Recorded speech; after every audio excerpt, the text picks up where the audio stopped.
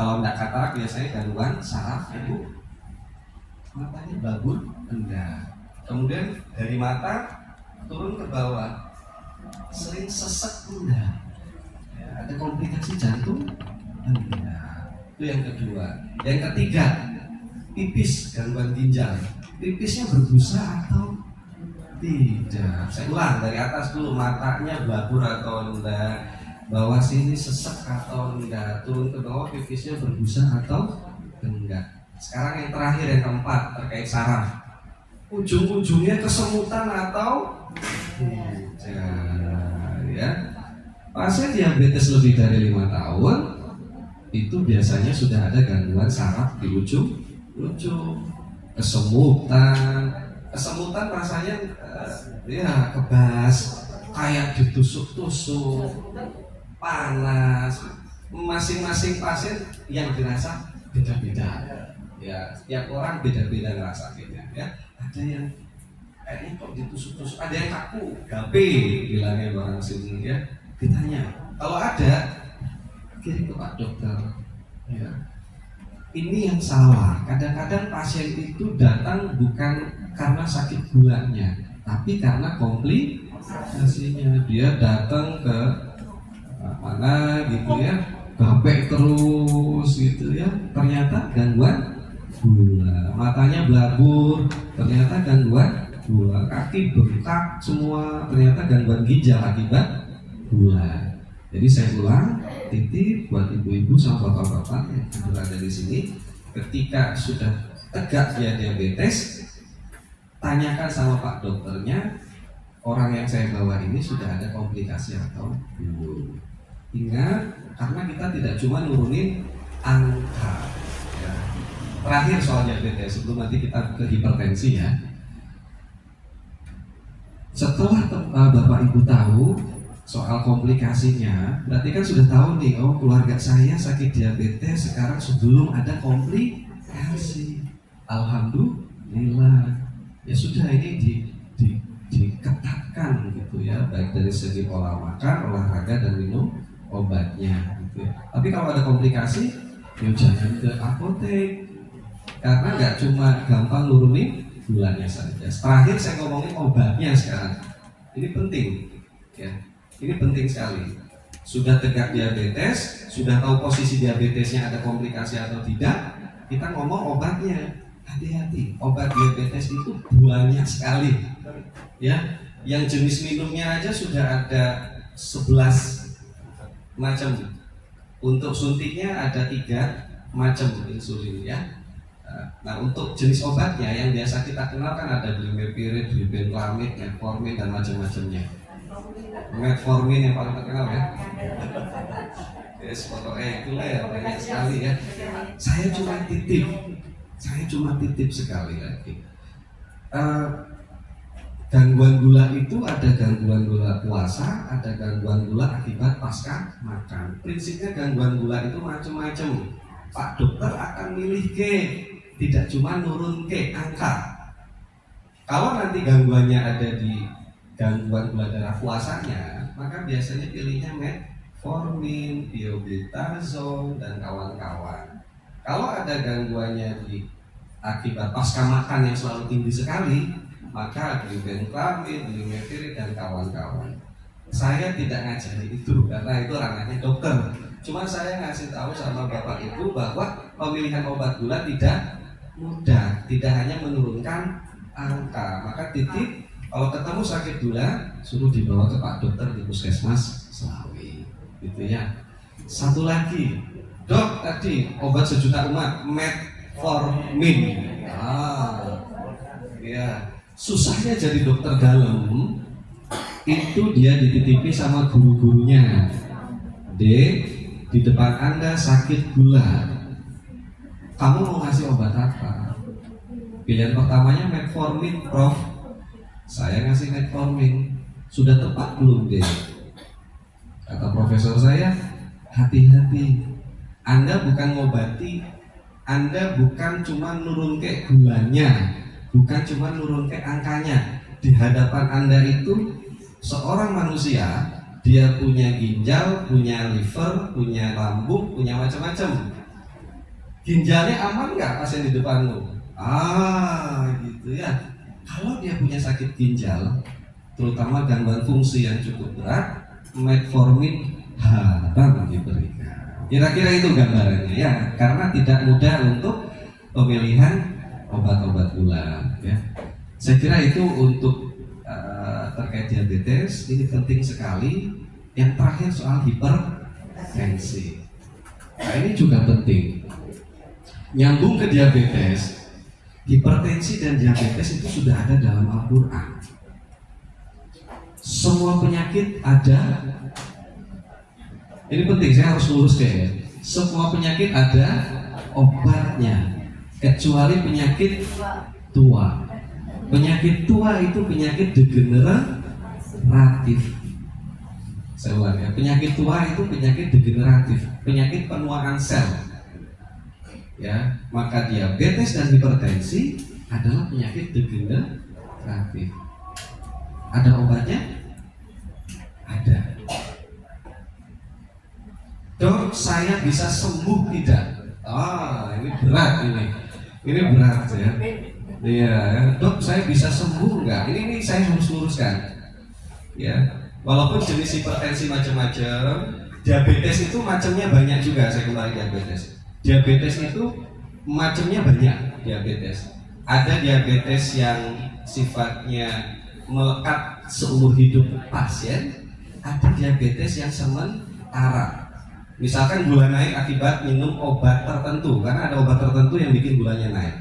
Methylprednisolone, dexamethasone, dextin, prednisone itu bikin gula naik. Jadi kalau pasien sakit gula, pegel-pegel, hati-hati jangan minum itu, gulanya nanti tambah naik ya.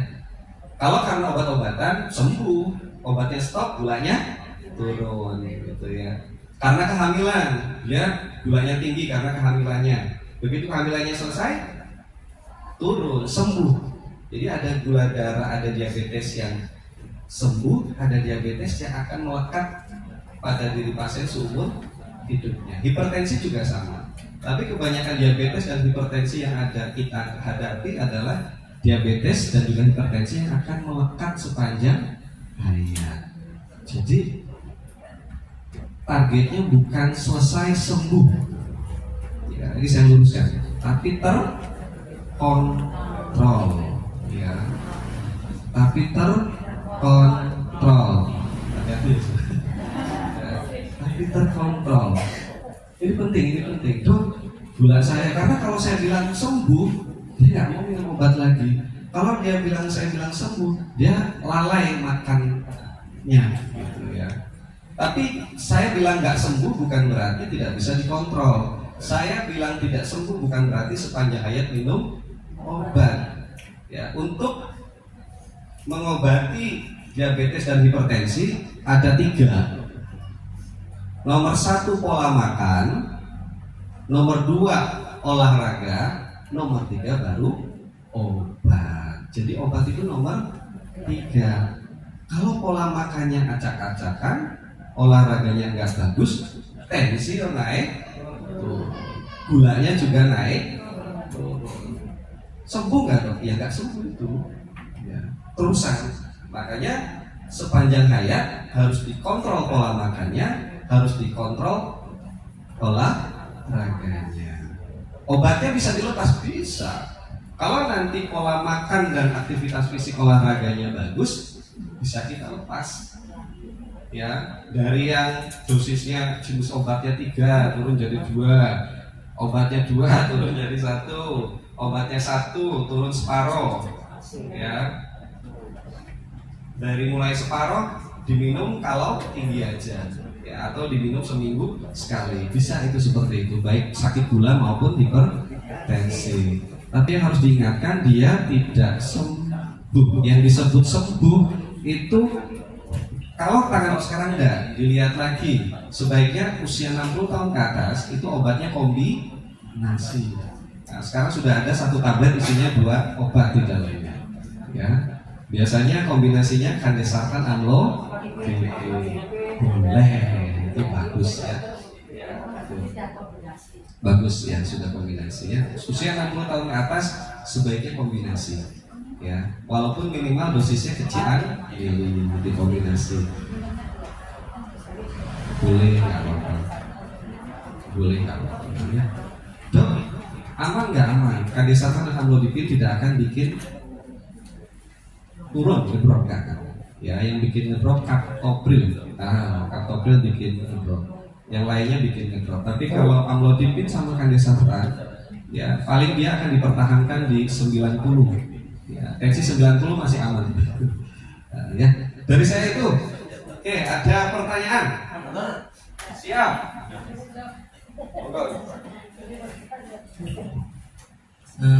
Assalamualaikum warahmatullahi wabarakatuh. Terima kasih Pak Dokter atas waktunya. Saya menanyakan yang hipertensi, diabetes. Apakah betulkah kalau diabetes itu ada keturunan? Maunya satu sekeluarga. Maunya saya mendapat diabetes, adik saya tidak, tapi adik saya selanjutnya biasanya kena diabetes. Betul betul. Makasih dokter. Umur saya 70 tahun. Saya sering hipertensi juga. 200, 100, saya sering kayak gitu. Kemarin seminggu yang lalu 195, strip 100. Terus 3 hari kemudian drop jadi 170, strip 100/70. Nah ini 150 per hari. Adalah karena keturunan, betul. Yang kedua adalah karena lingkungan bisa. Dok, saya nggak ada keturunan, berarti saya aman. Enggak, lingkungan bisa bikin diabetes. Lingkungannya seperti apa? Satu, pola makannya yang tidak bagus, ya, banyak makan yang kolesterol, ya, banyak makan yang fast food, gitu. Kemudian banyak makan gula, ya. Kemudian aktivitas fisik olahraganya nggak ada. Jadi lingkungan yang seperti itu, apalagi badannya gemuk, kompetitif. Badan gemuk itu bukan patokan, yang jadi patokan sekarang adalah lingkar. Iya, perut saya harus kecil ya. Lingkar perut, ya, jadi yang jadi patokan lingkar perut. Makanya banyak yang badannya kecil tapi dia diabetes, karena lingkar perutnya melebihi lingkar perut yang seharusnya di berat badannya dia. Betul, ya, sudah perut besar, jantungnya bakso. Ya, jadi betul, ya, jadi keturunan bisa, tapi gini, yang keturunan juga belum tentu. Ya, kalau dia aktivitas hidupnya bagus gitu. Makanya yang punya keturunan diabetes, dia punya resiko ya. Dia punya resiko lebih tinggi kena diabetes dibandingkan yang lain. Tetapi dia bisa tidak kena diabetes kalau tadi faktor lingkungannya tidak mendukung. Ya, gitu ya. Jadi jangan putus asa untuk semua orang yang memang ada keturunan diabetes, tetapi dia bisa. Jadi harus 2 faktor jadi 1. Ya keturunan, ya lingkungan. Tapi yang paling berperan sekarang faktor lingkungan. Ya, bagaimana pola makannya. Betul. Sekarang yang tensi ya. Ya memang mengobati tensi itu susah. Iya, susah. Karena variabelnya banyak. Ada 3 variabel yang paling penting. Nomor 1 adalah pola makan. Nomor 2 adalah olahraganya. Nomor 3 adalah emosionalnya. Iya, 3 itu. Ya dok, saya sudah rutin minum obat. Ya, obat saya sudah rutin, semua sudah rutin, tapi kok ya tensi saya naik turun. Nah, 1 pola makan. Hati-hati. Rekomendasinya itu 1 sendok teh ada ya. Paling banyak sehari semalam itu satu hari, bayangke 1 hari 1 sendok teh. 1 sendok teh ada ikan.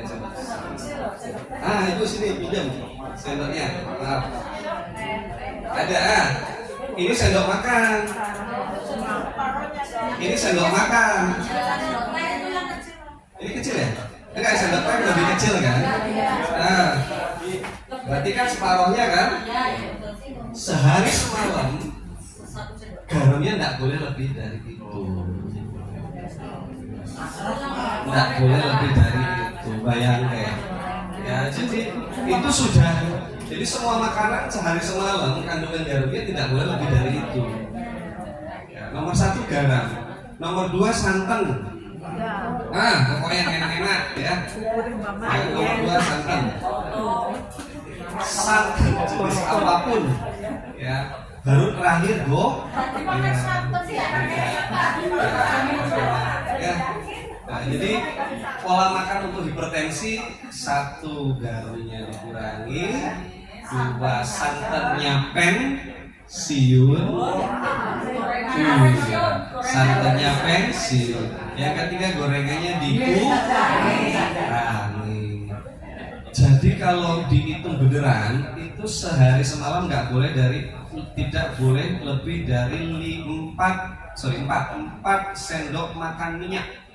Satu gorengan 1 sendok. Iya dong. Ya, dikurangi aja. Ya, nek santan saya sarankan stop aja. Usia 60 tuh stop aja. Ya.